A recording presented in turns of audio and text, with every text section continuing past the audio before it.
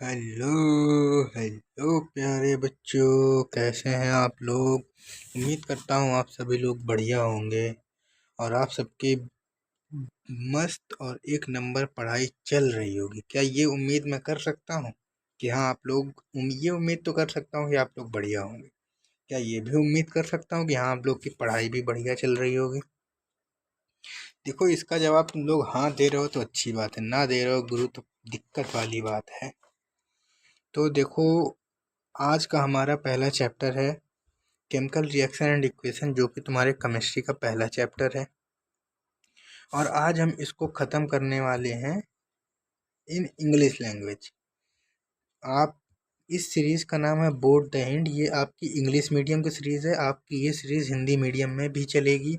अगर आप board Hindi medium से हैं तो आप उस सीरीज़ को फॉलो करिए, अगर आप इंग्लिश मीडियम से हैं तो आप इस सीरीज़ को फॉलो करिए। Board the end English medium, इस सीरीज़ पे मैं केमिस्ट्री के सारे चैप्टर इंग्लिश में पढ़ाऊंगा और बोर्ड लेवल तक आपको एकदम रेडी कर दूंगा। केमिस्ट्री का पहला चैप्टर है हमारा केमिकल रिएक्शन एंड इक्वेशन, और ये लेक्चर आपको पढ़ा रहे हैं आपके नवल भैया। तो आगे बढ़ते हैं, chemical reaction and equation chapter के अंदर घुसते हैं हम लोग। इस चैप्टर में और क्या है ये हमको अंदर चल के पता चलने वाला है। चलो,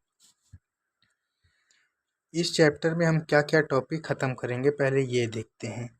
इस चैप्टर में हम टॉपिक करेंगे चेंज। चेंज यानी किसी भी चीज़ का बदलाव। चेंज यानी बदलाव। Chemical reaction and balancing. Chemical reaction and balancing, reaction और उसको बैलेंस करना, उसको संतुलित करना। टाइप्स ऑफ केमिकल रिएक्शन, कितने टाइप की रिएक्शन होती हैं। ऑक्सीडेशन, रिडक्शन और redox reaction, collision and rusting. ये 5 टॉपिक हमको इस चैप्टर के अंदर पढ़ने हैं। ये 5 टॉपिक हमको इस चैप्टर के अंदर पढ़ने हैं। आपने ये दूसरा टॉपिक और एक चौथा टॉपिक, इसको आपने 9th में पढ़ा है। थोड़ा बहुत 9th में पढ़ा है भैया। 9th में पढ़ा कहाँ है हम लोगों ने। हम लोग तो बस स्टूडेंट लाइफ एंजॉय कर रहे थे, 9th में मस्ती कर रहे थे, चैटिंग वैटिंग में लगे थे। क्यों ये कहना चाह रहे हो? ये कहना चाह रहे हो तो कोई बात नहीं। मैं इस लेक्चर पे तुम्हारा 9th का इंक्लूडिंग लाया हूँ। इस लेक्चर में तुम्हारा 10th का भी 9th में जो आपको इसको थोड़ा बहुत पढ़ाया गया था वो मैं इंक्लूड करके लाया हूँ। आपको उसकी चिंता नहीं करनी है। मैंने कई बच्चे देखे हैं जो 11th 12th पढ़ते रहते हैं, 11th 12th पढ़ते रहते हैं, लेकिन उनको 10th का बेस क्लियर नहीं होता, इसलिए वो 10th भी पढ़ते हैं। पहले वो 10th पढ़ते हैं फिर 11th 12th पढ़ते हैं। इसलिए अब आप गलती मत करिएगा। आपके पास टाइम है और आप इस टाइम को अच्छे से यूज़ करिए, ताकि आपको ये आपके अगले 2 साल आपको कोई चिंता करने की ज़रूरत ना पड़े। तो चलो चैप्टर स्टार्ट करते हैं हम। इस चैप्टर में हमारा पहला टॉपिक है चेंज। चेंज यानी बदलाव। बदलाव कैसा भैया? बदलाव किसी भी चीज़ का बदलाव भाई। किसी भी चीज़ का बदलाव को आप चेंज कहेंगे। कोई भी बदलाव हो, एनी कोई भी, एनीथिंग चेंज। किसी भी चीज़ में बदलाव हो, उसका शेप बदले, उसका साइज बदले, उसका स्टेट बदले, बस उसमें बदलाव हो रहा है। वो जो तुमको दिख रहा पहले और जो अब दिख रहा दोनों अलग हैं, उसको चेंज कहेंगे। डिफिनीशन क्या लिखी है पढ़ लेते हैं। It is a process in which final state, ध्यान से देखना क्या है, in which final state of substance differ from its initial और ओरिजिनल स्टेट। फाइनल स्टेट जो तुमको दिख रहा है, वो इस समय वो तुम्हारी फाइनल स्टेट है। और जो वो पहले था वो ओरिजिनल या इनिशियल स्टेट है। दोनों में आपको डिफरेंस नजर आएगा। जैसे मिल्क मान लो तुम ओरिजिनल स्टेट है और दही तुम्हारी फाइनल स्टेट है। मिल्क से दही बनना चेंज है। मिल्क पहले क्या था आपका? लिक्विड फॉर्म में था। कर्ड आपका हल्का लिक्विड सॉलिड के बीच का कुछ है, मतलब स्टेट हल्का फुल्का चेंज हुआ। मिल्क जैसा आपको दिखता था दही वैसी नहीं दिखती, अलग दिखती है। मतलब उसकी जो फाइनल स्टेट है और ओरिजिनल स्टेट दोनों डिफरेंस है, वो चेंज कहलाएगा। मिल्क टू पनीर, आपका जो दूध था और जब वो पनीर बन गया तो उसकी फाइनल स्टेट क्या हुई? पनीर हुई। उसकी ओरिजिनल स्टेट क्या हुई? दूध हुई। तो दोनों अलग हैं, इसको चेंज कहेंगे। ये एग्जांपल आप रिलेट कर पाओगे। तीसरा एग्जांपल आप लोग रिलेट कर पाओगे कैसे भैया? जो आप 1 साल के थे, जैसे आप 1 साल के मान लो ऐसे दिखते थे गुरु। मैं तो इतना स्मार्ट नहीं दिखता था यार, तुम लोग दिखते रहोगे स्मार्ट बच्चे हो तुम लोग यार, बड़े लोग स्मार्ट बच्चे। चलो, तुम जैसे 1 साल में जैसे दिखते थे, क्या वैसे ही 14 साल में दिखते हो? नहीं ना। तुम इस तरह मान लो 14, सब इसी एज ग्रुप के हो ना, 13 14 15 इसी एज ग्रुप के होगे सब। तुम जो 14 साल के दिख रहे हो ये तुम्हारी फाइनल स्टेट है, और जो तुम 1 साल के दिखते थे ये तुम्हारी ओरिजिनल या इनिशियल स्टेट है। तुम जो 1 साल के दिखते थे और जो 14 साल के दिखते हो, दोनों में डिफरेंस है कुछ? दोनों में कुछ बदलाव हुआ? तुम्हारे हाथ बड़े हो गए, तुम्हारे पैर बदले बड़े हो गए, तुम्हारे दाढ़ी आ गई, मूछें आ गई, तुम्हारा साइज बढ़ गया, ठीक? ये हुआ चेंज, तुम्हारे अंदर भी चेंज हुआ। तुम जब 1 साल के थे और जो 14 साल के हो, दोनों में चेंज आया, इसी को चेंज कहते हैं, ठीक? जिसमें फाइनल स्टेट और ओरिजिनल स्टेट डिफर करे वो चेंज है। डिफिनेशन आप लोग याद कर लेना। क्लासिफिकेशन ऑफ चेंज, मैं टू द पॉइंट भाई पढ़ाऊंगा तुमको, ठीक? ऐसा पढ़ाऊंगा कि तुमको वो चीज रट जाए, रट नहीं, रट जाए, और उस टॉपिक का नाम लेते ही तुम्हारे दिमाग में एक चित्र बन जाए। हाँ, ये एग्जाम्पल से भैया ने रिलेट कराया था और ऐसा होता है, ये बात खत्म। फिजिकल चेंज, क्लास चेंज कितने प्रकार के? आपने बदलाव तो जान लिया क्या होता है, फाइनल और इनिशियल स्टेट। अब कितने प्रकार के चेंज हो सकते हैं? एक फिजिकल स्टेट, तुम लोग ने सुना होगा उसका फिजिकल एग्जाम नहीं निकला, मतलब उसको जो वो जो दिखता है वो एग्जाम नहीं निकला, जो चीज तुमको दिखती है उसको तुम फिजिकल बोलते हो। केमिकल चेंज, केमिकली मतलब केमिकल में चेंज, उसके कंपोजिशन में चेंज। जैसे मान लो तुम्हारा हाथ कट जाए, वो हमको दिखेगा, यानी ये फिजिकल चेंज है। तुम्हारे अंदर की हड्डी टूट जाए, तुम्हारे अंदर एक हड्डी कम हो जाए, वो केमिकल चेंज होगा, वो हमको दिखेगा नहीं। लेकिन तुम्हारा एक हड्डी कम होगी, तुम्हारा शरीर थोड़ा वो हो जाएगा अलग, तो नया सब्सटेंस भी दिख जाएगा हमको। हाथ कट जाएगा तो हमको नया सब्सटेंस क्या दिखेगा? ये दिखेगा हाथ कटा हुआ है बस। देखो ये इसके अंदर केमिकल हो रही है, ये तुम नहीं देख पा रहे हो। ये जो आग जल रही है, ऑक्सीजन आ रहा है और इधर से हीट मिल रही, तब आग जल रही है, कंबसन हो रहा, ये तुम्हारा केमिकल चेंज है। ये नॉन वेजिट जो भी यहाँ मांस मच्छी वाले नॉन वेजिटेरियन है वही बता पाएंगे। ये तुमको दिख रहा है केला सड़ा हुआ दिख रहा है, मतलब तुम देख पा रहे हो हाँ केला सड़ गया, इसका बॉडी का अपीयरेंस तुमको दिख रहा है, ये तुम्हारा फिजिकल चेंज होगा। ये नॉन वेजिटेरियन ये पक रहा है, मतलब ये पहले कैसा था और बाद में पकने के बाद कैसा हुआ, ये चेंज हुआ, फिजिकल चेंज हुआ, ठीक? चलो, अब आते हैं फिजिकल चेंज। डिफिनीशन तुम लोग याद कर लेना भाई, मैं तुमको टू द पॉइंट पढ़ाऊंगा, एग्जाम्पल से ऐसे रिलेट करा दूंगा तो कि तुम्हारे दिमाग में वो छप जाएगा। बस तुम वो नाम लोगे और दिमाग एग्जाम्पल आएगा और तुम डिफिनीशन अपने से लिख दोगे भाई, पढ़ाने तो जरूर, तुम डिफिनीशन अपने से लिख दोगे, ठीक? Physical change, change in physical state, shape, size, उसके स्टेट में। अच्छा देखो, एक इम्पोर्टेंट बात और, तुमने स्टेट कितनी पढ़ी है? तुमने एक स्टेट पढ़ी है, तुमने एक स्टेट क्या पढ़ी है? Solid, solid. फिर एक पढ़ी है लिक्विड, और एक पढ़ी है गैस। यही तीनों स्टेट पढ़ी है। एक एक स्टेट और होती है, उसको बोलते हैं हम, क्या बोलते हैं? एक स्टेट तुम्हारी, तुमने तीन ये पढ़ी है, अभी तक पढ़ी है ना? मैंने तीन पढ़ाई है, या तुमने कहीं बाहर से पढ़ी है, कोई बात नहीं। मैं एक स्टेट होती है उसको कहते हैं हम एक्वस, एक्वस स्टेट। देखो, जब आप मान लो अब सॉलिड, जैसे इन चारों ये तीनों स्टेट जो तुम पढ़े थे, सॉलिड लिक्विड गैस, इनको रिप्रेजेंट करना आता है? रिएक्शन में कैसे लिखेंगे? नहीं आता, मैं बताता हूँ। अगर तुमको सॉलिड लिखना है तो तुम ऐसे लिखोगे, एस, स्मॉल एस। लिक्विड लिखना है तो तुम लिखोगे स्मॉल एल। ऐसे ब्रैकेट रहेगा, ब्रैकेट ओपन होगा, फिर स्मॉल एल लिखोगे, फिर क्लोज होगा, ब्रैकेट ओपन होगा, स्मॉल एस लिखोगे, फिर क्लोज होगा। गैस, ब्रैकेट ओपन, स्मॉल जी। अब इक्वस के लिए भैया ए लिखेंगे ना, इक्वस के लिए आप लिखोगे ए क्यू। ये है इनके रिप्रेजेंट करने के तरीके, ठीक? ये डन, इतना क्लियर कर लो, लिख लो या स्क्रीनशॉट ले लो आप लोग, ठीक? अब आगे है क्या? चेंज इन फिजिकल स्टेट, उसके फिजिकल स्टेट में चेंज होना, सॉलिड से लिक्विड, लिक्विड से गैस बनना, गैस से एक्वस बनना, गैस से सॉलिड बनना, सॉलिड से गैस बनना, उसके स्टेट में चेंज होना, या उसके शेप में चेंज होना। उसका शेप ऐसा था और अब ऐसा हो गया, ठीक। उसका साइज इतना बड़ा था, अब छोटा हो गया, ठीक। इन तीनों में चेंज, समझ गए। देखो एग्जाम्पल पढ़ते हैं। Melting of water, melting of water यहाँ पे गलत लिखा हुआ है, मेल्टिंग ऑफ आइस होगा यहाँ पे, ठीक। माँ इस समय गर्मियों का मौसम चल रहा है, तुम लोग बाहर से धूप से आए और तुरंत क्या निकाला आपने, आइस निकाला। आइस को रखा और वो पिघल के क्या बन गया, पानी बन गया, पानी बन गया। आइस क्या था आपका, आइस सॉलिड था और वो किस पे चेंज हुआ, आइस आपका सॉलिड था और वो चेंज हो गया लिक्विड में। क्या हो गया, हमारा फिजिकल स्टेट चेंज हो गया। आइस आपका क्यूब दिख रहा था ना, आइस क्यूब था, क्यूब दिख रहा था और वो आपका क्या हो गया, अब लिक्विड के कोई शेप पे नहीं रहा, शेप भी चेंज हो गया। साइज आपका कुछ क्यूब का साइज रहा होगा और अब कोई साइज नहीं रहा, साइज भी चेंज हो गया, ठीक। मेल्टिंग ऑफ आइसक्रीम, आपकी मान लो लिखते जाना भाई, या स्क्रीनशॉट लेते जाना, क्योंकि मैं ऐसे रहने नहीं दूंगा, ठीक। समझ पा रहे हो, मेरे को इरेज करना पड़ेगा, बोर्ड मेरा छोटा हुआ है, मैं मोबाइल में पढ़ा रहा हूँ भाई, तो थोड़ा लिखने में दिक्कत होगी। आप लोग जैसे ही मैं लिखूँ आप लिख लो या स्क्रीनशॉट ले लो, या बैक करके आराम से स्क्रीनशॉट लेते रहना, अभी पढ़ो।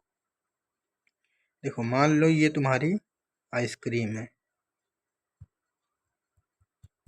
ये तुम्हारी आइसक्रीम है, ठीक। अब ये आइसक्रीम पिघल के पूरी बह गई। यहाँ पे क्या था, यहाँ पे थोड़ा सॉलिड थी ना, हल्का सॉलिड थी, जमी हुई थी, थोड़ी देर बाद पिघल के वो लिक्विड पे चेंज हो गई, ठीक। लिक्विड पे चेंज हुई, इसका शेप पहले कैसा था, सर्कल था, अब कोई शेप नहीं रहा। साइज इसकी क्या थी, साइज इसकी कुछ रही होगी 1 सेंटीमीटर, अब क्या है, कोई साइज नहीं बची। मेल्टिंग ऑफ आइस भी समझ गए आप। अब है हमारा क्या, अब है हमारा इवेपोरेशन ऑफ, इवेपोरेशन ऑफ क्या, पानी का इवेपोरेशन। देखो यहाँ पे मान लो पानी जमा हुआ है, मतलब पानी, पानी यानी लिक्विड है, और जब वो इवेपोरेट होके ऊपर जा रहा है, जब वो इवेपोरेट होके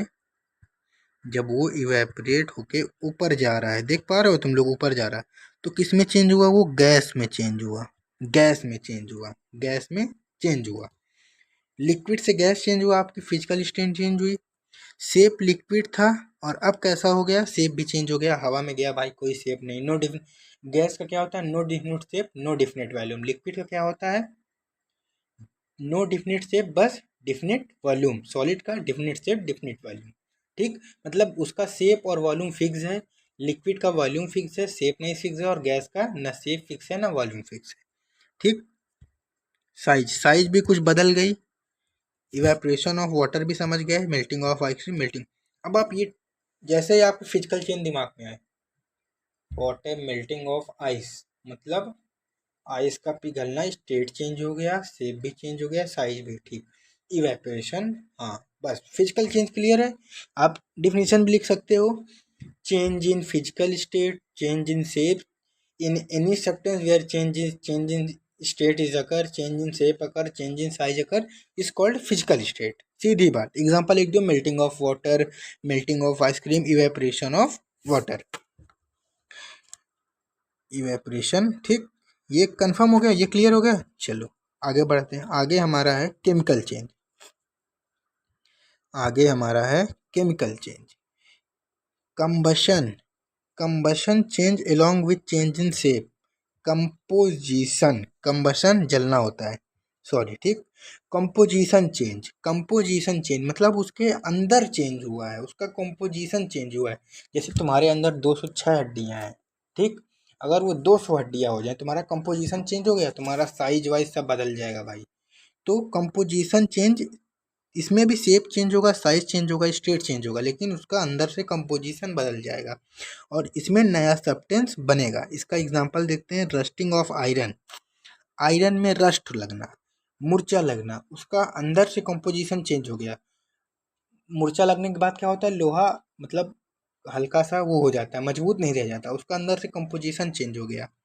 बर्निंग ऑफ पेपर, अच्छा मान लो तुम्हारा रिजल्ट आया, तुम्हारे पापा ने रिजल्ट फाड़ दिया, तो क्या होगा भैया? डर लगेगा। अरे गुरु डर तो लगेगा ही, तुम्हारी फील्डिंग सेट होने वाली है, लेकिन वो तुम्हारा क्या होगा, फिजिकल चेंज होगा, क्योंकि पेपर फाड़ा गया है, पेपर फाड़ा गया है आपका, उसका शेप चेंज हुआ है, साइज चेंज हुआ है, स्टेट स्टेट साइज में पेपर में कोई नहीं है, शेप चेंज हुआ है, साइज चेंज हुआ है, लेकिन उसका आपका पेपर अगर छः, मान लो आपका पेपर पे 100 की नोट थी, 100 की नोट गलत हो जाएगा। अगर आपका पेपर 6 एटम से बना था, ठीक, एटम समझ पाओगे तुम लोग, और उसको फाड़ दिया, तो क्या वो क्या हो गया, अलग अलग उसके एटम थोड़ी बदल गए, छः छः दोनों में डिवाइड हो गए, नहीं ना। आपने आधा पढ़ा है, कैसा पढ़ा है, नहीं पढ़ा, वो 6 एटम का ही रहेगा, उसको आप जोड़ दोगे तो 6 एटम का ही रहेगा वो। उसमें क्या हुआ, समझ पाए? उसका पेपर फाड़ दिया उन्होंने, मतलब उसका स्टेट नहीं चेंज हुआ, उसका शेप नहीं चेंज हुआ, उसका शेप चेंज हो गया, उसका साइज चेंज हो गया, लेकिन उसका अंदर का कंपोजिशन नहीं चेंज हुआ, ठीक। वो जितने का था उतने का ही है। लेकिन अगर वही पेपर आपका जला दिया, आपका रिजल्ट आया, आपके पापा ने जला दिया, तो क्या होगा? फिर भैया अरे डर तो लगेगा ही, लेकिन ये केमिकल चेंज होगा। पेपर का फाड़ना क्या होगा, फिजिकल चेंज। पेपर का फाड़ना होगा आपका फिजिकल चेंज, लेकिन पेपर का जलाना क्या होगा, केमिकल चेंज। अब जलाने की बात आई है तो किसी भी चीज का कंबसन, कंबसन मतलब जलाना, किसी भी चीज का जलाना क्या कहलाएगा आपका, केमिकल चेंज। कोई भी चीज जल रही हो केमिकल चेंज होगी, क्योंकि कोई भी चीज जलेगी तो वो क्या फॉर्म करेगी, वो फॉर्म करेगी एस, एस यानी राख। और आपका पेपर जब जलेगा वो 6 एटम का था, एस जो बनी उसका कुछ अलग कंपोजिशन होगा, वो ज़्यादा बनेगी कम बनेगी क्या बनेगी नहीं पता आपको, उस पर रिएक्शन होगी, ऑक्सीजन मिलेगा तब जलेगा, तो आपका ये केमिकल चेंज होगा। बर्निंग ऑफ वुड, बताया ना, किसी भी चीज़ का जलना क्या होगा आपका, केमिकल चेंज होगा, ठीक। आप ये देख सकते हैं, रस्टिंग की मैंने इमेज भी लगाई हुई है, देखो आपको दिख रहा है ये कुछ भूरा भूरा यहाँ पे दिख रहा है, ये चीज़ आपको दिख रही होगी यहाँ पे ना, ये भूरे भूरे पूरा पूरे ब्रिज में आपको भूरा भूरा दिख रहा है, मतलब ये मेटल कमजोर हो चुका है, तभी इसमें कोई गाड़ियां नहीं आ जा रही, ट्रेन नहीं आ जाए, देखो टूटा भी पड़ा हुआ है, क्योंकि ये कमजोर हो गया, इसका कंपोजिशन अलग हो चुका है, ठीक। चलो, हाँ, अब बताओ इसमें से, चलो बताओ, state whether the following are physical change और केमिकल चेंज, चलो बताओ। मेल्टिंग ऑफ आइस, तो भैया क्या होगा, आइस पिघल रहा है, उसका स्टेट भी चेंज हो रहा है, शेप भी चेंज हो रहा है, भैया ये फिजिकल चेंज होगा, हमको पता है। बर्निंग ऑफ कैंडल, ये एक इम्पॉर्टेंट एग्जाम्पल है, क्योंकि ये फिजिकल भी होगा और केमिकल भी होगा, इसको मैं अभी आपको आगे बता रहा हूँ, इसको छोड़ दो। रस्टिंग ऑफ आयरन, या आयरन रस्टिंग, उस पर मूर्छा लगेगा, लोहा हमारा कमजोर होगा, यानी उसके अंदर से कुछ हुआ है, सीधे आप लिख दोगे केमिकल चेंज।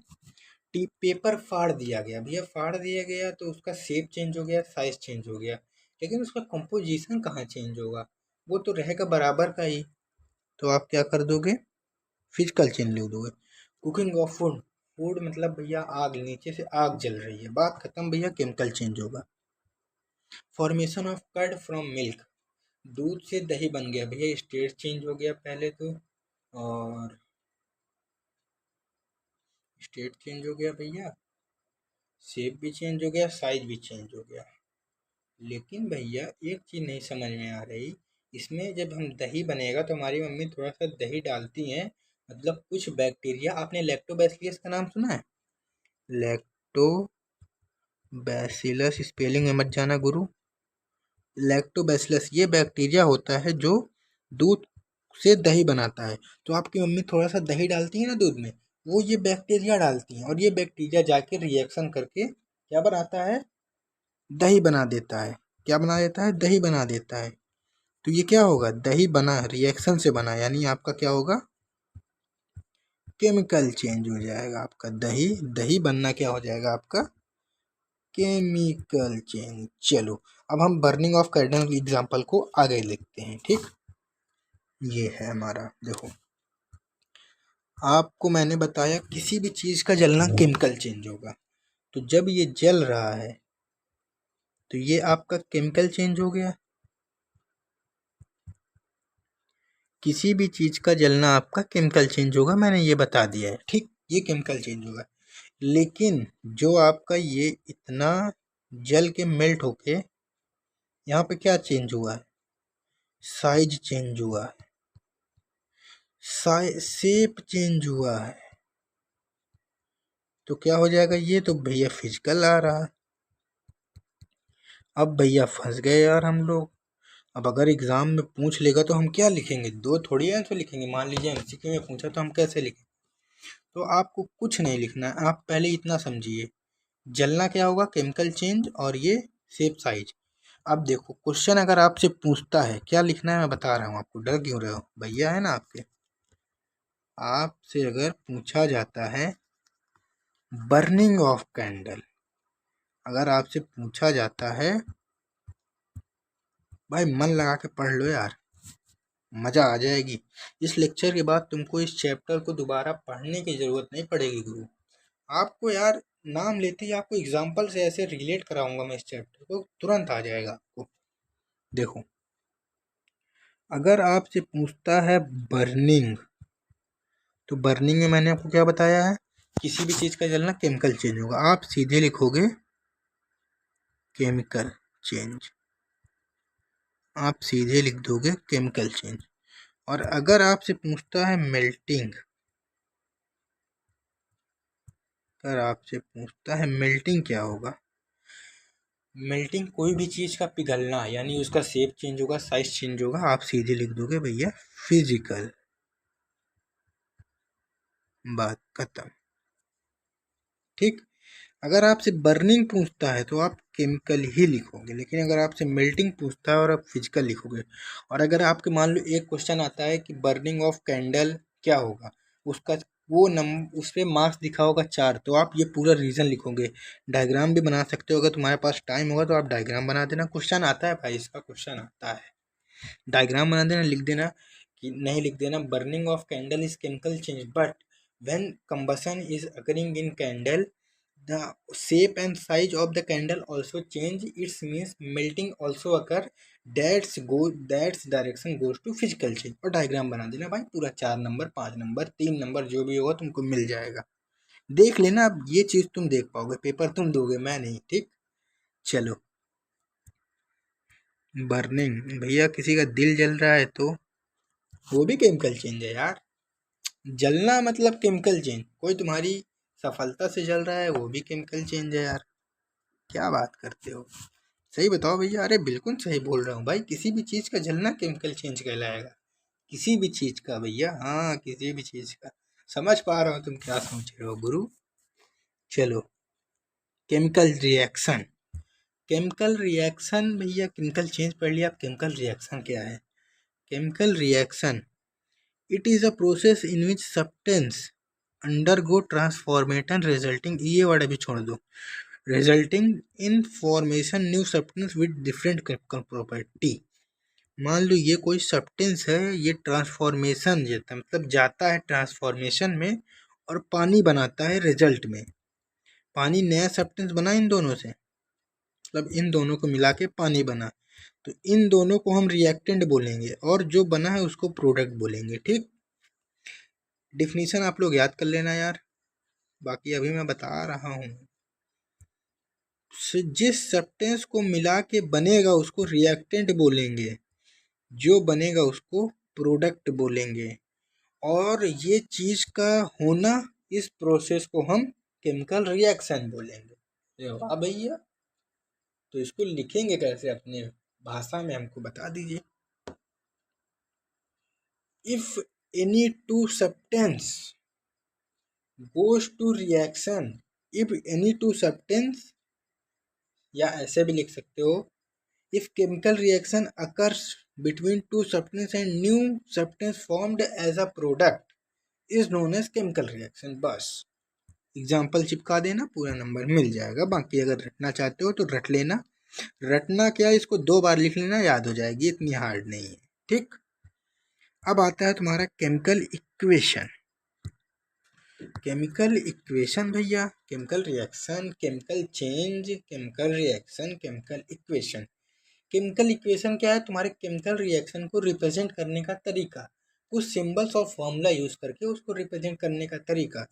अगर तुम्हारा ऐसे ही हाइड्रोजन वाटर बड़ी बड़ी जब रिएक्शन लिखोगे तो तुम्हारी बुक क्या हो जाएगी, बड़ी हो जाएगी भाई। इसलिए इसको कैसे रिप्रेजेंट करेंगे हम, ऐसे लिखेंगे। कैसे, ऐसे। हाइड्रोजन को हम लिखेंगे H2, ऑक्सीजन को लिखेंगे O2 और वाटर को लिखेंगे H2। It is a method to represent the chemical reaction using symbol and formula. ये एक तरीका है केमिकल रिएक्शन को रिप्रेजेंट करने का। बात खत्म। ठीक। अब देखो ये चीज याद करने वाली चीज है, इसमें कुछ मैं समझा नहीं सकता। अब देखो characteristics of chemical reaction. Chemical reaction की क्या कैरेक्टरिस्टिक्स है, क्या देख के तुम पता लगा सकते हो। पहला है तुम्हारा चेंज इन कलर, उसके कलर में चेंज होना। एक कैरेक्टरिस्टिक केमिकल रिएक्शन, तुम अगर यहाँ वहाँ पे कोई चेंज बदल, कोई कलर बदला हुआ है, तुमको पता चल जाएगा अच्छा यहाँ रिएक्शन हुई है। चेंज इन टेम्परेचर, तुमने किसी चीज़ को ठंडा रखा, थोड़ी देर बाद वो गर्म हो गया, तुमको पता चल जाएगा वहाँ पे रिएक्शन हुई है। अगर एनर्जी एब्जॉर्ब हो रही है, यानी एनर्जी एब्जॉर्ब हो रही है या एनर्जी रिलीज हो रही है। एनर्जी एब्जॉर्ब हो रही है मतलब हीट तुम्हारी निकल रही है, हीट तुम दे रहे हो, हीट तुम दे रहे हो। एनर्जी रिलीज हो रही है मतलब हीट तुम ले रहे हो।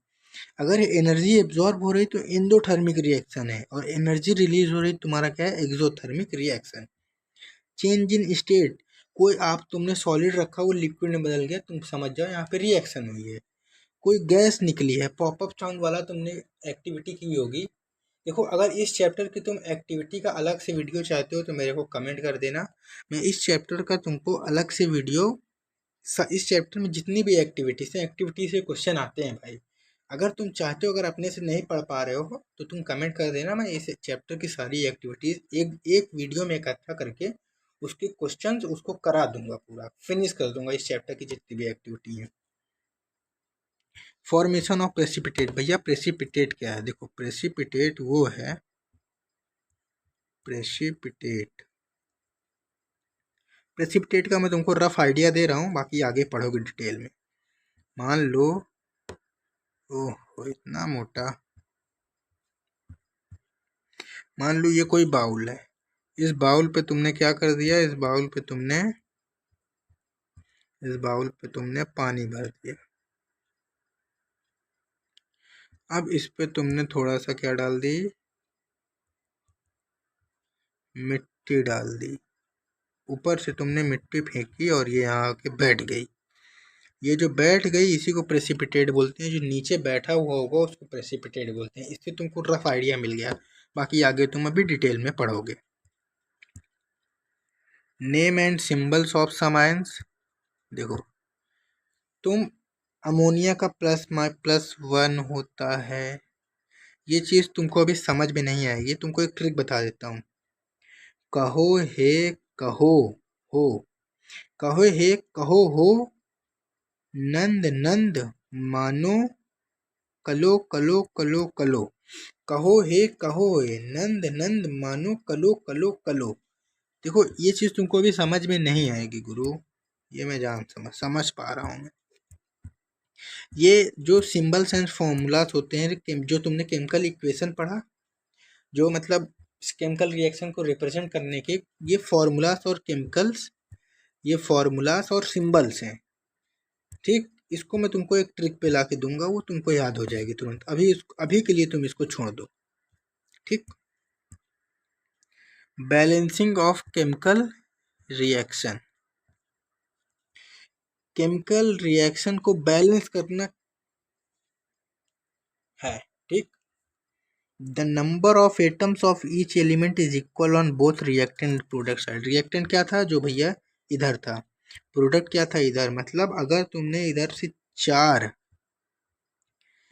से तुमने 4 हाइड्रोजन भेजे हैं तो इधर 4 हाइड्रोजन होने चाहिए। तुमने इधर से 4 ऑक्सीजन भेजे हैं तो इधर से 4 ऑक्सीजन होने चाहिए।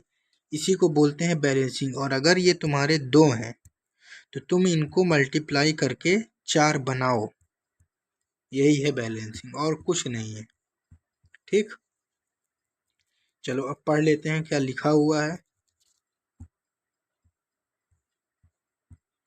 The number of atoms of each element is equal on both reaction and product side.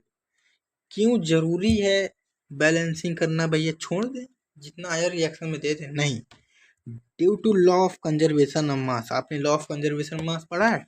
Mass neither be created nor be destroyed.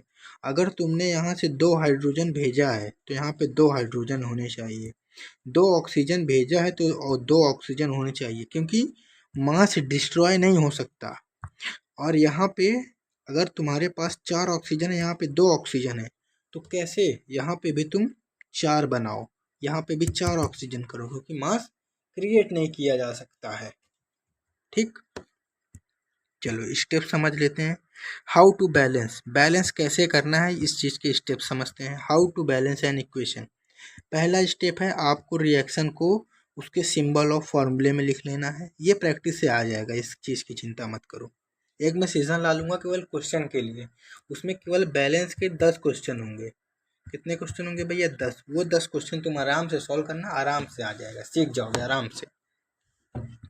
ठीक, पहले उसको फॉर्मूला में लिख लो, फिर जितने एलिमेंट है उनको अलग अलग लिखो। Fe है, हाइड्रोजन, ऑक्सीजन, और भी होते आप और भी लिखो। फिर एक टेबल बनाओ, उस टेबल में एक साइड पहले क्या लिखोगे तुम? एक साइड लिखोगे एलिमेंट्स, फिर जितने एटम होंगे रिएक्टेंट साइड उनको लिखोगे, फिर जितने एटम होंगे प्रोडक्ट साइड उनको लिखोगे साइड बाय साइड। ठीक, ठीक समझ गए इसको?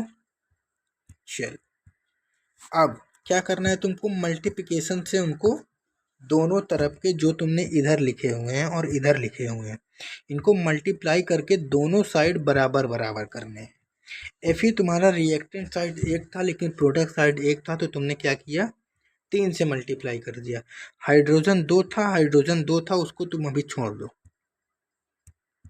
इसको तुम अभी भूल जाओ कि यहाँ पे कुछ 4 बार लिखा हुआ है, ये तुम अभी भूल जाओ। ये 2 था, ये 2 था, ठीक। ऑक्सीजन यहाँ पे 4 था, यहाँ पे 4 था और यहाँ पे 1 था, तुमने 4 से मल्टीप्लाई करके इधर भी 4 कर दिया, सब बराबर हो गया। अब तुम उठा के इसको यहाँ पे रखो, जो भी Fe पे इंटू किया है तुमने रिएक्टेंट साइड यहाँ पे कर दिया।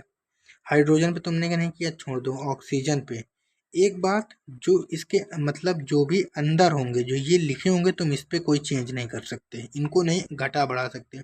जो करोगे तुम आगे ही चेंज करोगे, ये रूल है। ऑक्सीजन, अब ऑक्सीजन तुम्हारा 4 था, तुमने 4 पे यहाँ पे इंटू कर दिया। अब जब तुमने यहाँ पे 4 पे इंटू किया तो 4 2 से 8, तुम्हारे हाइड्रोजन भी बढ़ गए, हाइड्रोजन बढ़ गए। अब तुम क्या करोगे? तुम्हारे रिएक्टेंट साइड हो गए 4 इंटू 2 ऑक्सीजन, 8 होगा। अब तुम इधर भी बढ़ाओगे, इधर बढ़ाने के लिए तुम इधर भी 4 से मल्टीप्लाई कर दोगे, तो इधर भी तुम्हारा यहाँ पे 4 मल्टीप्लाई हो जाएगा और तुम्हारी रिएक्शन बैलेंस हो जाएगी। चलो क्वेश्चन कुछ दिए हैं, इनको कर लेते हैं, बाकी 10 क्वेश्चन मैं अलग से ले आऊँगा, उनको तुम आराम से करना। हाइड्रोजन भैया इधर 2 है हमारे, पहले तुम लिखो हाइड्रोजन ऑक्सीजन, ठीक, 2 ही है भैया। हाँ, इधर साइड हमारा 2 है और इधर साइड हमारे 4 है, ठीक। ऑक्सीजन भैया इधर साइड हमारे 2 हैं और इधर हमारे साइड 2 हैं। तो भैया ऑक्सीजन तो हमारा बैलेंस है, हमको इधर बैलेंस करने के लिए हम 2 यहाँ पे मल्टीप्लाई कर देंगे, तो हमारे ये 4 हो जाएगा, ठीक। तो तुम यहाँ पे 2 मल्टीप्लाई कर दो। अब क्या बचा? अभी भैया सेकंड वाला बता दो। ठीक, बिल्कुल बताएंगे, हम बताने के लिए ही बैठे हैं यार। आपको क्या करना है, यहाँ पे आप लिखो नाइट्रोजन, फिर लिखो हाइड्रोजन। भैया रिएक्टेंट, मैं टेबल नहीं बना रहा हूँ, तुम लोग टेबल बना करना है ऐसे दिमाग में। 10 क्वेश्चन प्रैक्टिस कर लेना भाई, आ जाएगा, ये मेरी गारंटी है। बस प्रैक्टिस कर लेना गुरु, भूलना नहीं है। नाइट्रोजन इधर 2 है, इधर 1 है भैया, इधर 2 है, इधर 3 है भैया, ठीक, इधर 3 है।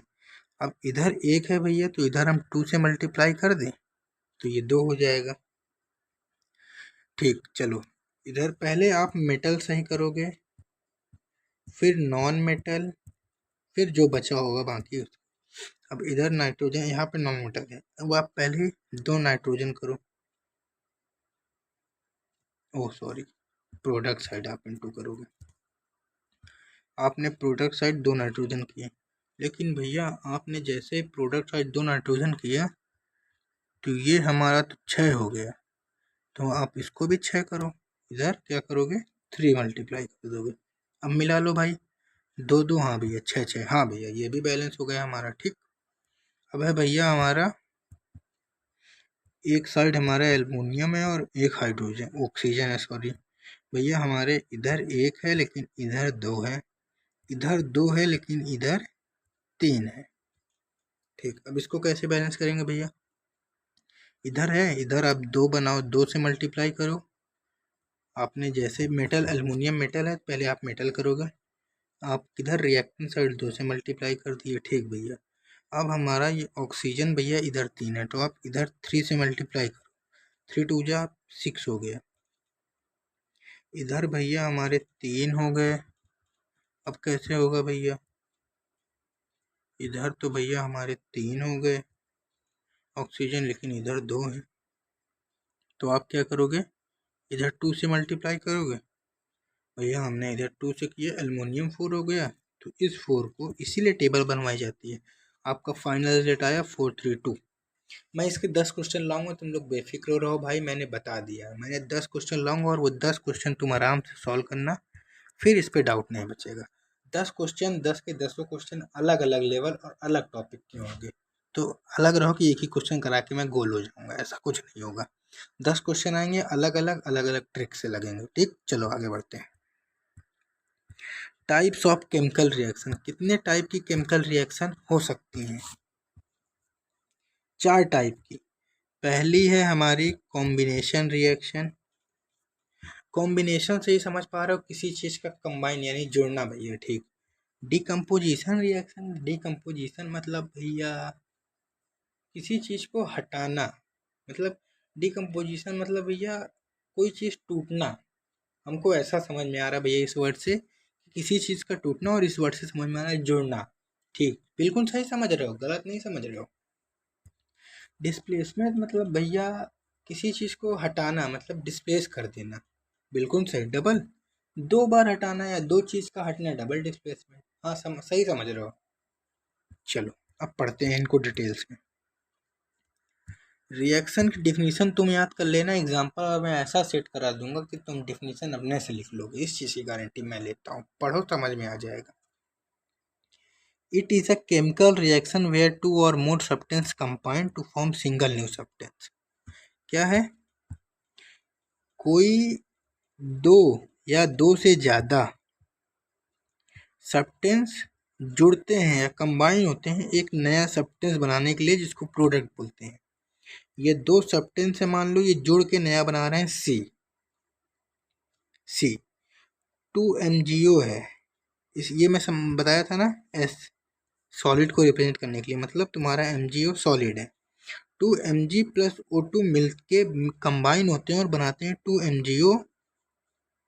2MgO, और इस रिएक्शन को बोलते हैं burning of magnesium ribbon. Burning of magnesium ribbon, अगर तुमसे ये पूछा जाता है भाई, तभी मैंने लिखा है, अगर तुमसे पूछा जाता है बर्निंग ऑफ मैग्नीशियम रिबन का क्या बताओ, हमको रिएक्शन बताओ, तुम बताओगे 2MgO plus O2 gives 2MgO, बस। अब देखो इसका तुमको मैं क्या सेट करता हूँ, एग्जाम्पल से तुमको डिफिनेशन तुम अपने से लिख लोगे। मान लो ये है हमारे, कौन है ये हमारे, चिंटू भैया, ये है हमारी पिंकी। चिंटू पिंकी दोनों अलग अलग थे, ठीक। अब ये दोनों मिल के क्या हो गए, इन दोनों ने शादी कर ली, मतलब क्या हो गया, 2 जिस्म एक जान हो गई, मिल गए, कंबाइन हो गए, यही है तुम्हारी कॉम्बिनेशन रिएक्शन। ये अलग अलग थे, 2 जिस्म 2 जान थी पहले, फिर क्या हुआ, रिएक्शन हुई और ये कंबाइन हो गए, इनके बीच बातचीत हुई, घूमा घामी हुई, चैटिंग वैटिंग हुई, जो तुम लोग करने पे लगे हुए हो, क्योंकि पढ़ाई तो हो नहीं रही।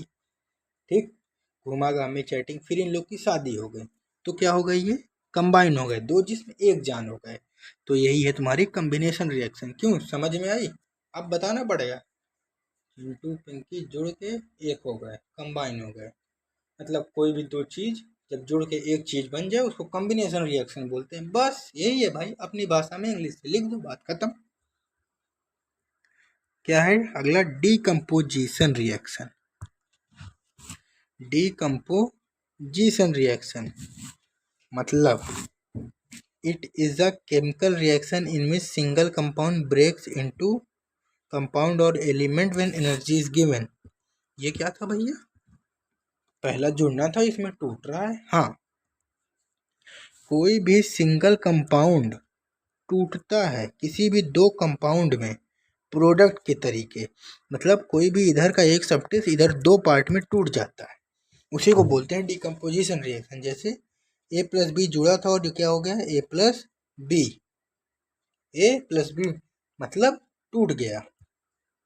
चलो, ये हुआ तुम्हारा, मान लो ये अभी अभी जो शादी हुई थी, कौन? चिंटू और पिंकी की, इनके बीच में तुमने क्या किया? तुमने भड़का दिया इनको। क्या दिया? वो उससे बात करता है, वो उससे बात करती है, तुमने भड़का दिया। भड़का दिया तुमने, इनको बहला दिया इधर उधर, इन दोनों का हो गया तलाक, टूट गए। फिर यहाँ पे क्या था? दो जिस्म एक जान थे, और यहाँ पे टूट के क्या हो गए? दो जिस्म दो जान अलग अलग हो गए, ब्रेकअप हो गया। ठीक, यही है तुम्हारी डीकम्पोजिशन रिएक्शन। अब डीकम्पोजिशन कितने टाइप की होती है? Thermolysis, electrolysis, photolysis. भैया थर्मोलाइसिस मतलब हम समझ पा रहे हैं जहाँ तक हीट होता है क्या? हाँ, बिल्कुल सही समझे हो। थर्मो मतलब हीट ही होता है। इलेक्ट्रो भैया मतलब इलेक्ट्रिसिटी से रिलेट कर रहा। हाँ, बिल्कुल सही। और भैया फोटोलाइसिस, हमने फोटोसिंथेसिस पढ़ा था, उसमें सनलाइट थी। बस बिल्कुल सही पकड़े हो, ये भी वही लाइट ही है।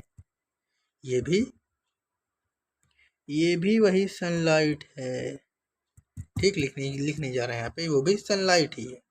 ठीक, आगे बढ़े। अब डिकम्पोजिशन समझ गया? कोई भी एक चीज का दो भाग में टूटना डिकम्पोजिशन रिएक्शन कहेंगे। चलो, thermolysis decomposition reaction. Thermolysis decomposition reaction.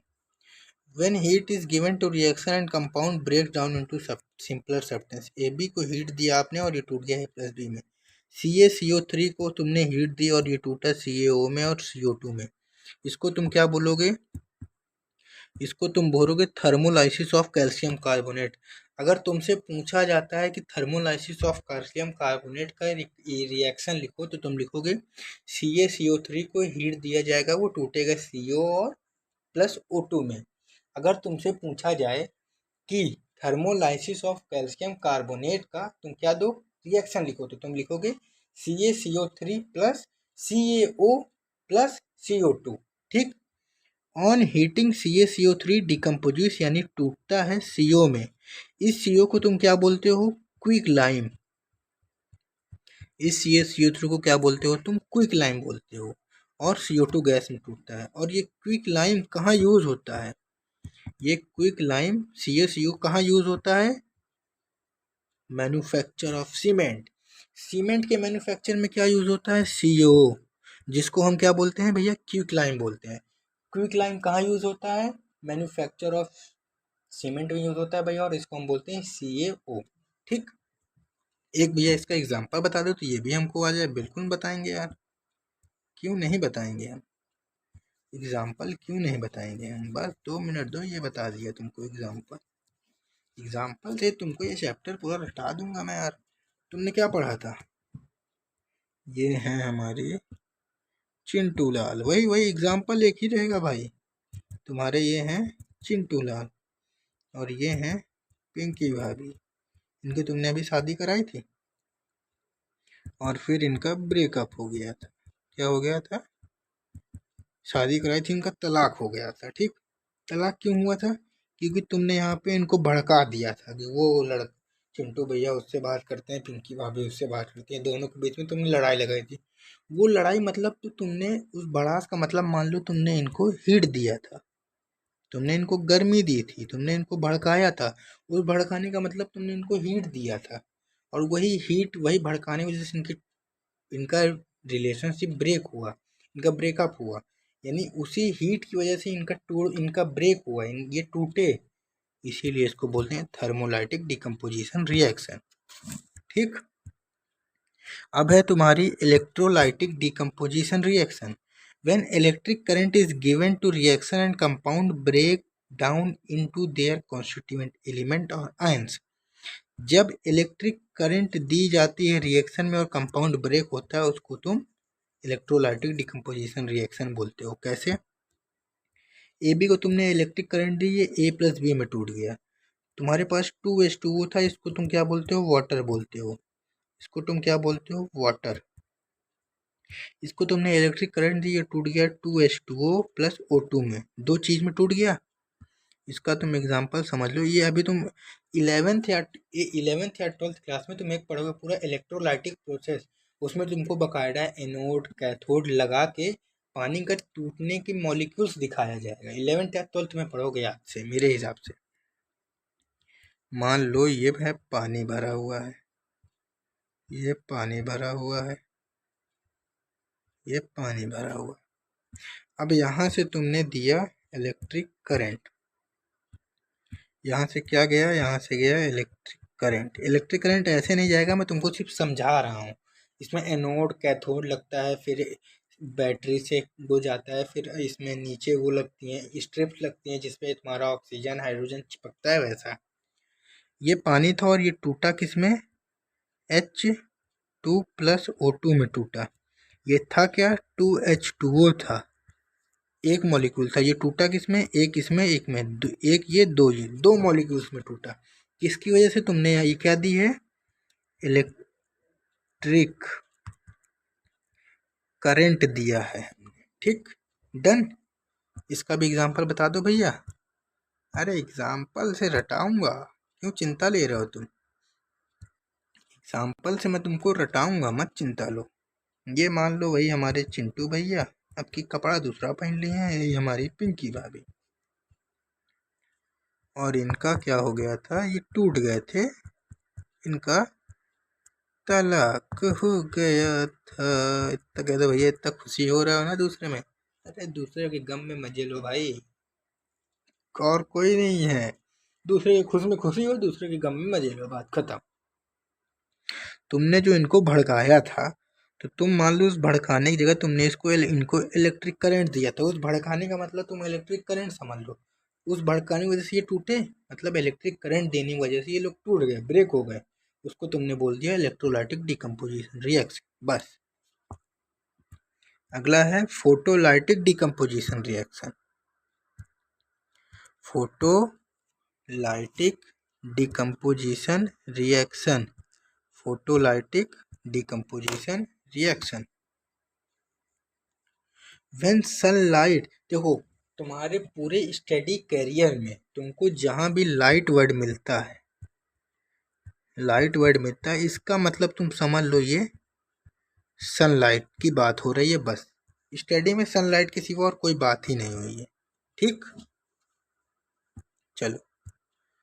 Sunlight, sunlight is given to reaction and compound breaks down into their simpler form. तुमने उनको सनलाइट दी और वो टूट गए।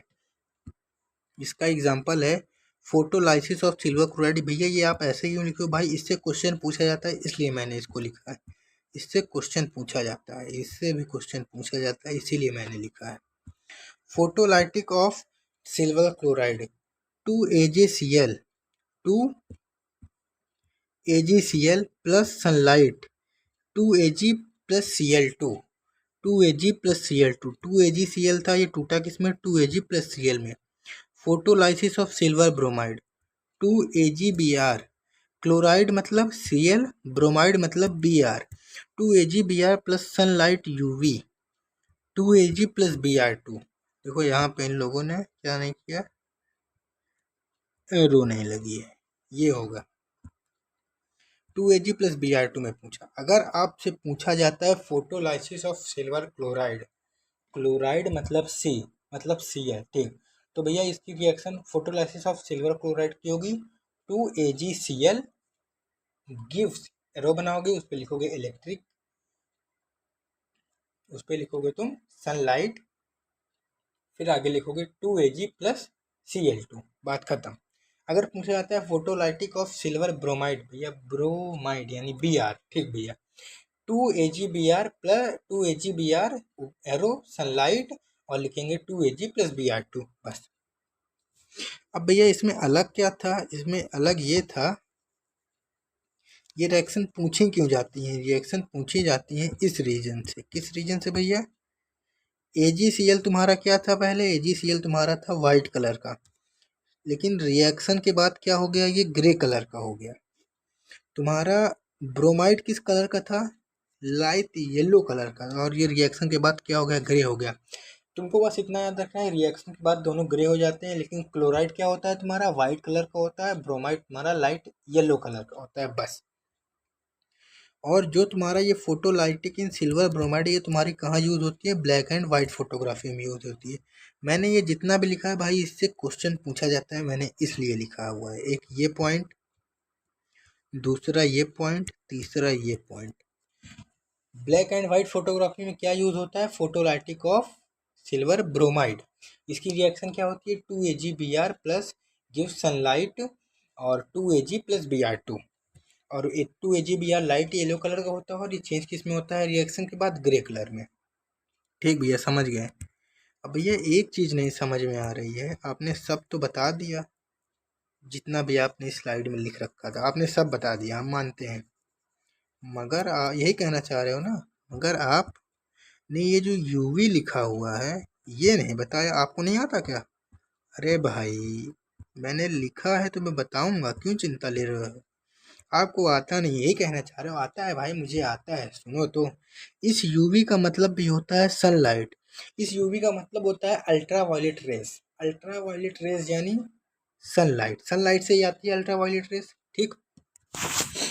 अगर तुमको इस रिएक्शन जैसे इसकी जगह अगर कहीं यूवी लिखा मतलब लिख जाए तो तुम इसका मतलब सनलाइट ही समझोगे, सनलाइट ही मतलब वो फोटोलाइटिक डिकम्पोजिशन रिएक्शन ही होगी, ठीक। आगे बढ़ जाए, एग्जाम्पल इसका भी दे ही देता हूँ भाई, नहीं तुम लोग कहो भैया इसका एग्जाम्पल नहीं दिए थे।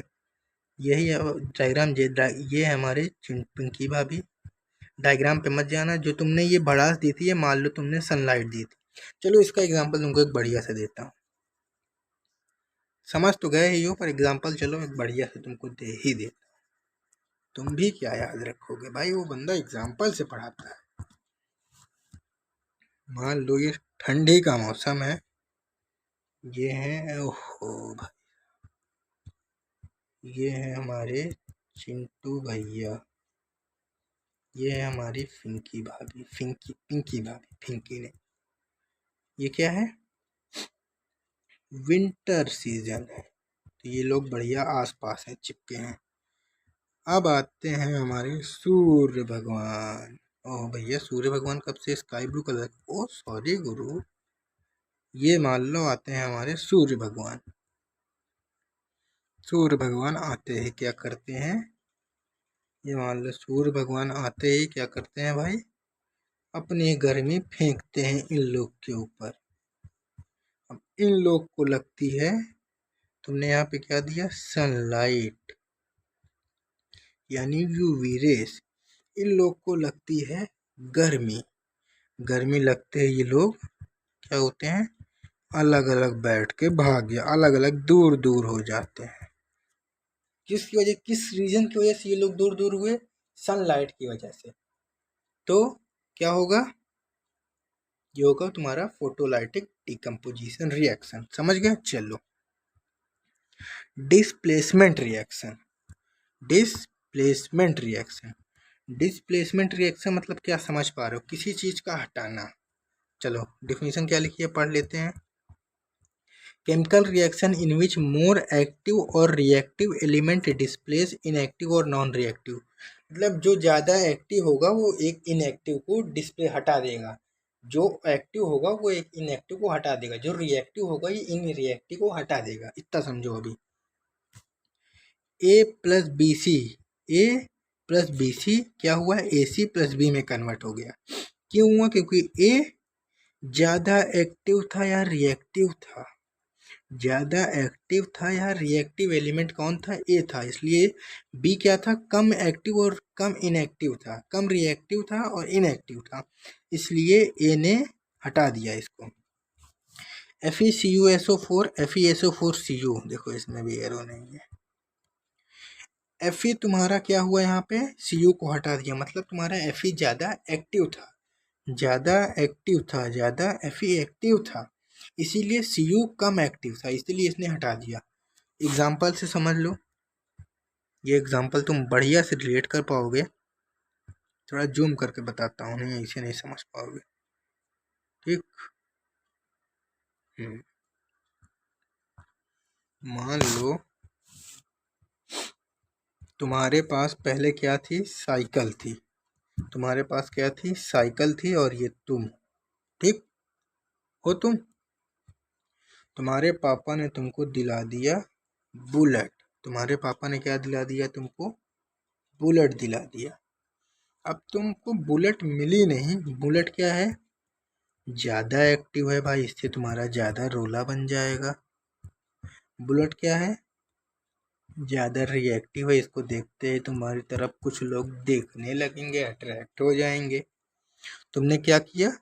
तुमने बुलेट ले ली, तुमने यहाँ पे बुलेट ले ली, क्यों? क्योंकि बुलेट ज़्यादा एक्टिव थी, बुलेट ज़्यादा एक्टिव थी, बुलेट ने तुमको ले लिया, बुलेट ने तुमको अट्रैक्ट कर लिया, बुलेट ने तुम्हारे ऊपर कब्जा कर लिया, और तुमने क्या किया? साइकिल को फेंक दिया, साइकिल को तुमने हटा दिया। क्यों फेंक दिया? क्योंकि साइकिल कम एक्टिव थी, मतलब ज़्यादा तेज नहीं चलती थी, ज़्यादा तेज नहीं चलती थी, इसलिए तुमने साइकिल को फेंक दिया। क्यों इसको लिया? क्योंकि इसने तुमको क्यों लिया? क्योंकि ये ज़्यादा एक्टिव थी, ये ज़्यादा रिएक्टिव थी, इससे ज़्यादा तुम्हारा रोला बनेगा, भौकाल बनेगा ना, इसीलिए तुमने बुलेट ली ना। समझ गए क्या होगा इसमें? डिस्प्लेसमेंट रिएक्शन में क्या होगा, समझ गए गुरु? चलो फिर आगे बढ़ते हैं। आगे आता है double displacement reaction. Double displacement reaction in which two compound exchange their ions, cations and anions to form compound। Ions मतलब होता है कैटायंस, कैट मतलब प्लस का चार्ज, आयन मतलब माइनस का चार्ज। जिसमें दो कंपाउंड एक्सचेंज करते हैं, कैटायन और आयन को एक्सचेंज करते हैं, उसको डबल डिस्प्लेसमेंट रिएक्शन बोलते हैं। AB plus CD gives AD plus BC, मतलब ADBC, ADBC।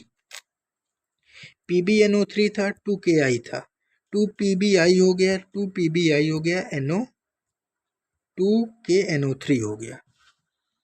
प्रेसिपिटेट बना, मैंने बताया था ना, जो नीचे बचे ये कलरलेस, ये कलरलेस, ये भी कलरलेस। अभी कुछ नहीं समझ में आया होगा, बस भैया है ना तुम्हारे, एग्जाम्पल किस लिए? एग्जाम्पल बताएं तो फिर ना समझ में आए तो बताना कि हाँ भैया एग्जाम्पल से भी नहीं समझ में आया।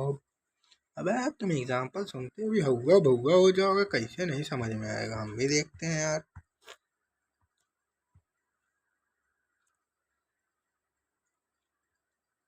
अबे ये क्या हुआ? जो का हो गया, चलो अच्छा जूम ही पहले कर लेते हैं।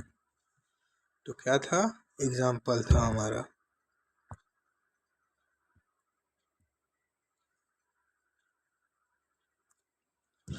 मान लो तुम्हारे पास बुलेट थी ना, ये तुम्हारी बुलेट है, तुम्हारे दोस्त को शौक चढ़ा बुलेट चढ़ाने का, बुलेट चलाने का, तुमको शौक चढ़ा कार चलाने का।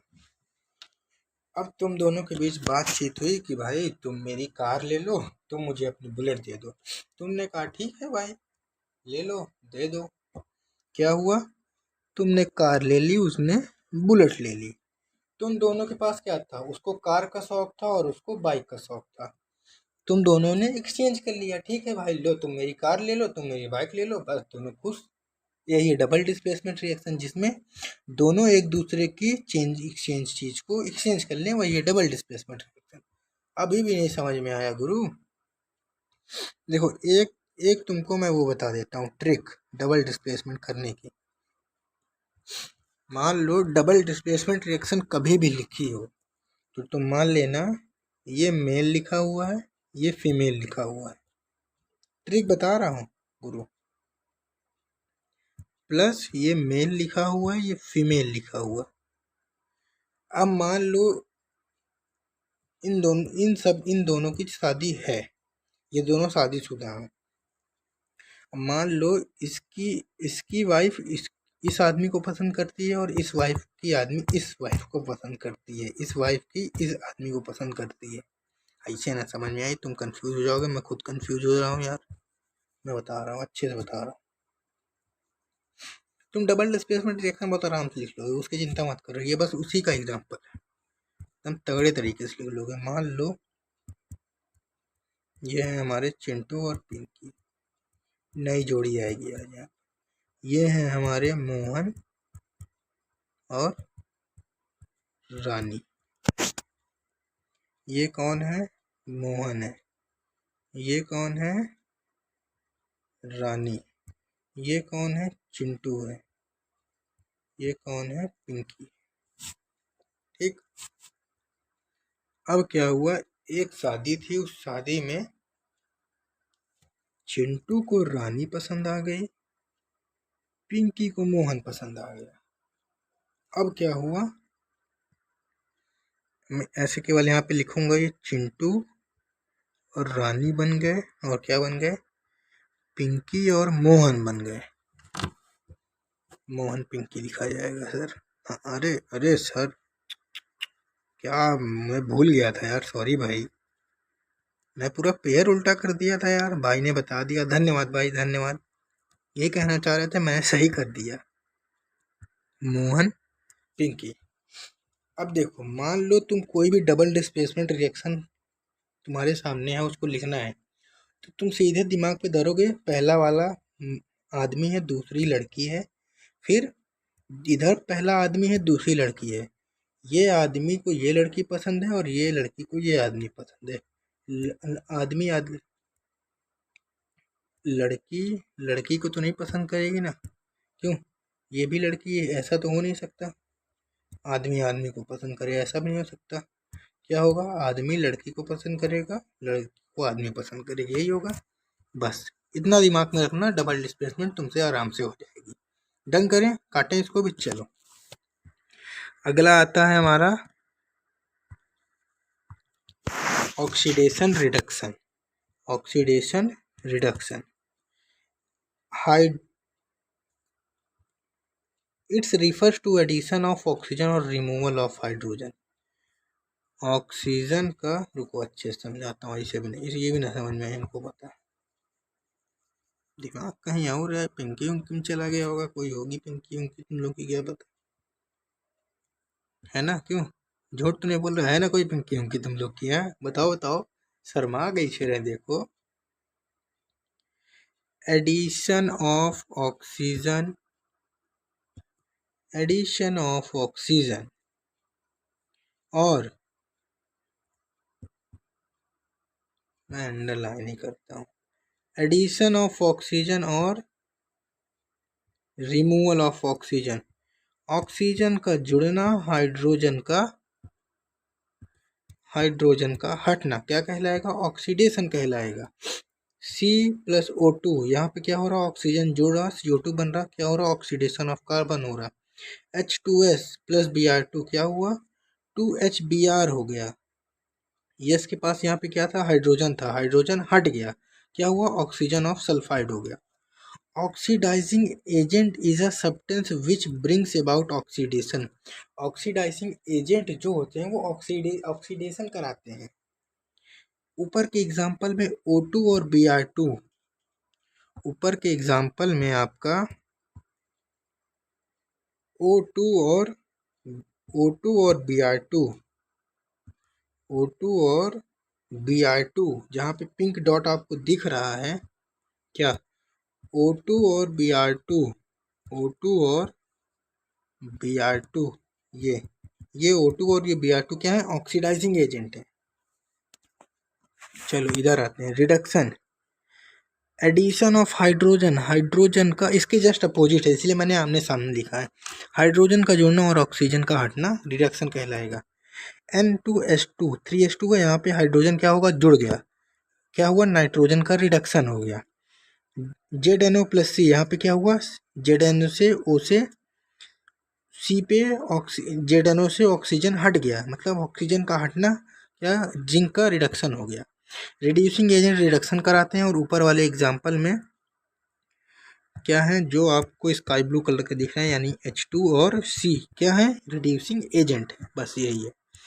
अब आती है हमारे पास रिडॉक्स रिएक्शन।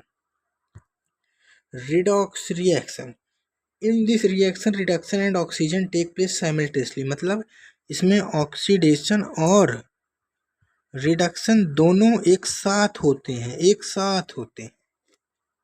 कैसे, in redox reaction substance getting oxidise, ध्यान से पढ़ना इसको, ध्यान से, जो सब्सटेंस ऑक्सीडाइज होता है, जो सब्सटेंस तुम्हारा,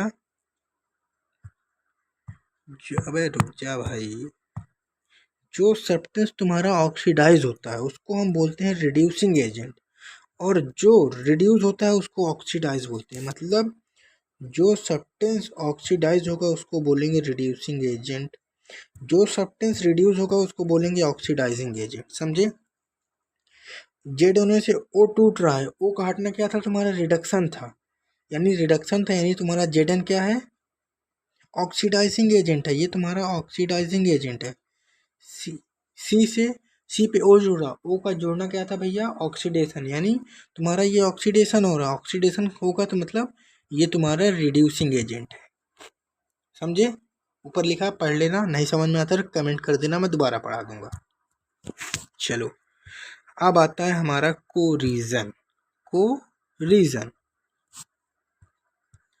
कोरीजन, कोरीजन मतलब मूर्छा, देसी भाषा में मूर्छा। When metal surfaces are attacked by substance like oxygen, moisture, acid, metal is said to undergo corrosion process is undesirable as it weakens the metal and diminishes its appearance। मतलब जब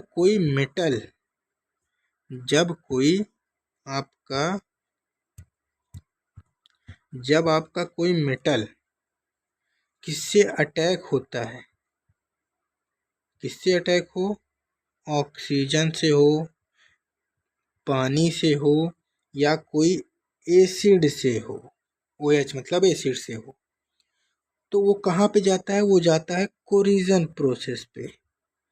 कोरिजन प्रोसेस क्या है, corrosion process एक undesirable process है जो किसी को नहीं दिखता है, और ये क्या करता है, ये वीक कर देता है आपके मेटल को, ये वीक कर देगा और डिमनिश कर देगा अपनी अपीयरेंस को, कि आपको दिख ना पाए ये चीजें, ठीक।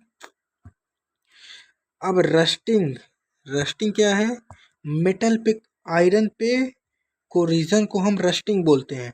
Iron react with air and water to form rust brown flaky substance, this oxidation process known as rusting occur more easily on metal surface. Iron जब रिएक्ट करता है पानी और हवा से तो वो एक रस्ट ब्राउनी फ्लास्की सब्सटेंस होता है। और रस्टिंग क्या प्रोसेस है, रस्टिंग ऑक्सीडेशन प्रोसेस है। रस्टिंग किस प्रोसेस का नाम है, ऑक्सीडेशन प्रोसेस का है। और मेटल सरफेस पे रस्टिंग आसानी से होती है। तुमको मैं जूम करके दिखाता हूँ रस्ट ब्राउनी फ्लास्की सब्सटेंस क्या है, ध्यान से देखना।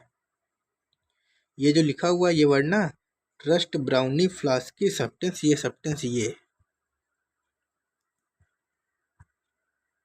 देखो, यहाँ पे तुमको कुछ ब्राउन ब्राउन दिख रहा है, ये इधर ये नट्स में दिख रहा, ये रस्ट, ये आपका मेटल अभी जो इधर, ये जो आपका रेड कलर वाला मेटल है, ये तुम्हारा अभी सेफ है। लेकिन जो मैंने ये इसके अंदर है ये पूरा मेटल, ये पूरे मेटल पे तुमको एक रस्ट ब्राउनी फ्लास्की सब्सटेंस दिख रहा है, भूरा कलर का ब्राउनी, यही तुम्हारा मूर्छा कहलाएगा। नीचे वाले में दिखाता हूँ, देखो ये दिख रहा है तुमको, ये इधर ये, ठीक, ये दिख रहा है, ये पूरा, इसमें पूरे में मूर्छा लगा हुआ है, मतलब पूरे में आपको ब्राउनी सब्सटेंस दिख रहा है, वही है रस्ट ब्राउनी फ्लास्की सब्सटेंस। ठीक गुरु, डन। देखो रस्टिंग की एक तुमको इक्वेशन याद करनी है, ये कुछ क्वेश्चन अक्सर पूछी जाती है। Fe+O2+H2O क्या बनाएगा, हाइड्रेट आयरन ऑक्साइड, जो कि रेडिश कलर की होगी। Fe+O2 + H2 क्या बनाएगा, हाइड्रेट आयरन ऑक्साइड, जो कि हाइड्रेट मतलब पानी, ऑक्साइड मतलब ऑक्सीजन, आयरन मतलब आयरन, बस हाइड्रेट आयरन ऑक्साइड जो कि रेडिश कलर की होगी, इतना याद रखना रस्टिंग में। और रस्टी ब्राउनी फ्लास्की सब्सटेंस होता है और ऑक्सीडेशन प्रोसेस होता है बस। टार्निशिंग क्या है, टार्निशिंग मतलब सिल्वर की चीज़ों पे कोरिजन होना, सिल्वर पे मुर्चा लगना, सीधी भाषा पे।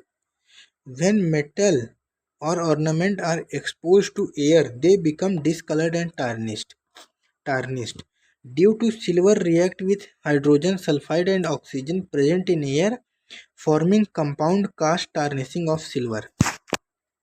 टार्निशिंग ऑफ सिल्वर की इक्वेशन क्या होगी, Ag+S गिव्स Ag2A, ओहो ये देखो तुम्हारा 2 हो गया, Ag2S जो कि ब्लैक कलर पे कन्वर्ट हो जाता है। सिल्वर की टार्निशिंग की क्या होगी, Ag+S गिव्स Ag2S। ये किस कलर का होगा, ब्लैक होगा। देखो तुमको दिखा दूं, देखो ये तुमको क्या है यहाँ पे, देखो इसमें भी ये तुमको दिख रहा है ब्लैक कलर का, इतना ये इधर इतना पार्ट, इसमें ये इतना पार्ट देखो, ये स्पून्स में तो पूरे में हुआ। ये जो ब्लैक पार्ट है ये सिल्वर के ऑर्नामेंट्स हैं, इस पे ब्लैक कलर का तुम्हारे पे ब्लैक कलर, जैसे आयरन पे तुम्हारा किस कलर का था, रस्ट ब्राउनी फ्लास्की सब्सटेंस है, इसमें तुम्हारा किस कलर का होगा, ब्लैक कलर का होगा। सिल्वर पे तुम्हारा कोरिजन किस कलर का होगा भैया, सिल्वर पे भैया ब्लैक कलर का होगा। और इसकी इक्वेशन होगी, क्या होगी भैया इसकी इक्वेशन बताओ जल्दी, Ag+S gives Ag2S black colour, बस। ये भी हाइड्रोजन सल्फाइड के मतलब हाइड्रोजन के कांटेक्ट पे आने पे, एयर के कांटेक्ट पे ही होता है। कोरिजन से बच कैसे सकते हैं, कोरिजन से आप जैसे आप लोग देखे होंगे, कुछ लोग अपने गेट पे पेंट करवा लेते हैं, क्या करवा लेते हैं, पेंट करवा लेते हैं। जैसे आपने पेंट करा लिया तो जो आपका आयरन का है वो डायरेक्ट पानी और हवा से डायरेक्ट कांटेक्ट पे आएगा ही नहीं, पहले पे पेंट, और पेंट पे कोई मतलब ही नहीं, क्योंकि पेंट एक मेटल सब्सटेंस है, उस पर रस्टिंग होगी ही नहीं। ऑयलिंग करा ली, इंजनों पे आप लोग ने देखा होगा, आपकी गाड़ी की सर्विसिंग होती है, सर्विस इसीलिए होती है क्योंकि उस पर पानी पड़ता है, तो वो पानी ऑयल की वजह से निकल जाता है, उस पर रुक नहीं पाता है, उससे ऑक्सीजन हाइड्रोजन डायरेक्ट कांटेक्ट नहीं कर पाती है। एलॉइंग, इस समय एलॉय व्हील का ट्रेंड चला है। एलॉय मतलब मेटल के ऊपर, जैसे जो भी जिसका भी आपका जो भी मेटल आपका होगा उसके ऊपर एक एलॉय की परत चढ़ा दी जाएगी, तो उससे मेटल डायरेक्ट कांटेक्ट पे ही नहीं आएगा, मतलब डायरेक्ट कांटेक्ट रोका जाता है पानी और हवा से, बस। Rancidity, rancidity it occur when oil or fat containing food item are exposed to air for long time, leading oxidation as a result for development and pleasant odor on taste। जो भी खाने की चीज़ आपकी तेल से बनी होती है, वो जब हवा में रख दी जाती है और हाइड्रोजन ऑक्सीजन के कांटेक्ट में आती है, तो क्या होता है, ऑक्सीडेशन प्रोसेस अगर करता है, जो कि क्या करता है, एक खराब सी टेस्ट आता है या खराब सी महक आती है। वही इस ऑर्डर का मतलब है महक, ठीक, खराब सी महक, खराब सा टेस्ट आता है। क्यों आता है, क्योंकि वो जो भी आपका ऑयल कंटेनिंग फूड है वो किसके कांटेक्ट में आता है, ऑक्सीजन के कांटेक्ट में, हाइड्रोजन के मतलब एयर के कांटेक्ट में आ जाता है, और एयर के कांटेक्ट में आने से क्या होता है, आपको ऑक्सीडेशन हो जाता है उस पर। रेंसिडिटी से बचा कैसे जा सकता है, रेंसिडिटी से बचा कैसे जा सकता है, रेंसिडिटी से बचा कैसे जा सकता है गुरु, एडिशन ऑफ एंटीऑक्सीडेंट, आप एंटीऑक्सीडेंट हटा लगा दीजिए, मतलब उस पर ऐड कर दीजिए, जो कि जिससे क्या होगा, केमिकल सब्सटेंस इनहिबिट ऑक्सीडेशन, जो एंटीऑक्सीडेंट में आपके जो केमिकल सब्सटेंस होते हैं वो क्या करेंगे, ऑक्सीडेशन को रोक देंगे, जिससे आपका खाना खराब होने से बच जाएगा। आपके जो चिप्स के पैकेट आते हैं वो काफ़ी फूले होते हैं, उस पर माल आइटम थोड़ा सा होता है, क्यों, और कितने दिनों तक वो पड़े रहते हैं। जैसे कि आपने खोल के 5 से आधा घंटा मान लो रख दिया, वो थोड़ा मुलायम पड़ जाते हैं। क्यों? क्योंकि उन पैकेटों में नाइट्रोजन गैस भरी होती है। In chips packet oxygen is replaced by nitrogen. Oxygen हटा के नाइट्रोजन भर दिया जाता है, जो कि नाइट्रोजन क्या करता है? ऑक्सीडेशन से बचाता है। क्यों? Nitrogen is non reactive gas. ये पॉइंट आप याद रखेंगे। Nitrogen is non reactive gas. क्यों ये ऑक्सीडेशन से बचाता है? क्योंकि nitrogen is non reactive gas. और क्या होता है? ऑक्सीजन को नाइट्रोजन से रिप्लेस कर दिया जाता है, ताकि हमारे चिप्स पे ऑक्सीडेशन ना हो और वो खराब ना हो।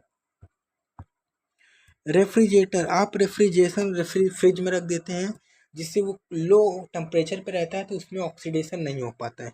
Storing food at low temperature slow down oxidation, help in preserve to food for taste. चलो इसको मैं पूरा इरेज करता हूँ और आपको 3 पॉइंट बताता हूँ। इसमें मेन जो 3 पॉइंट्स हैं, वो मैं आपको मेन बता देता हूँ, ये याद रखना है। और सब भूल जाओ, लेकिन ये मत भूलना।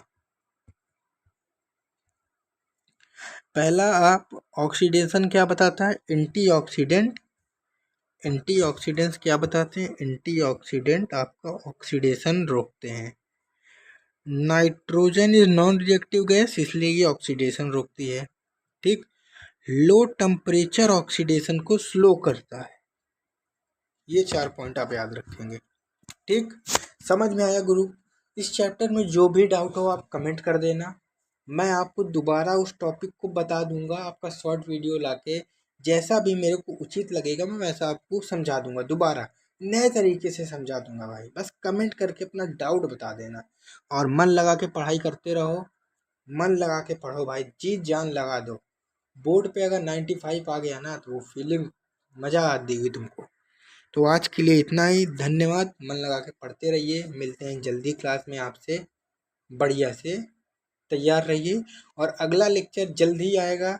अगला लेक्चर जो आएगा, आपके पहले मैं 10 क्वेश्चन का अगला लेक्चर लाऊंगा। अब 10 क्वेश्चन के लिए रेडी रहिएगा, और आप लोग कमेंट कर देंगे तो मैं इस चैप्टर की सारी एक्टिविटीज़ अलग अलग एक लेक्चर में लाके पूरी एक्टिविटीज़ आपकी निपटा दूंगा, जिससे क्वेश्चन आता है। ठीक ब्रदर, धन्यवाद। आज के लिए इतना ही, मिलते हैं जल्दी नए लेक्चर के साथ।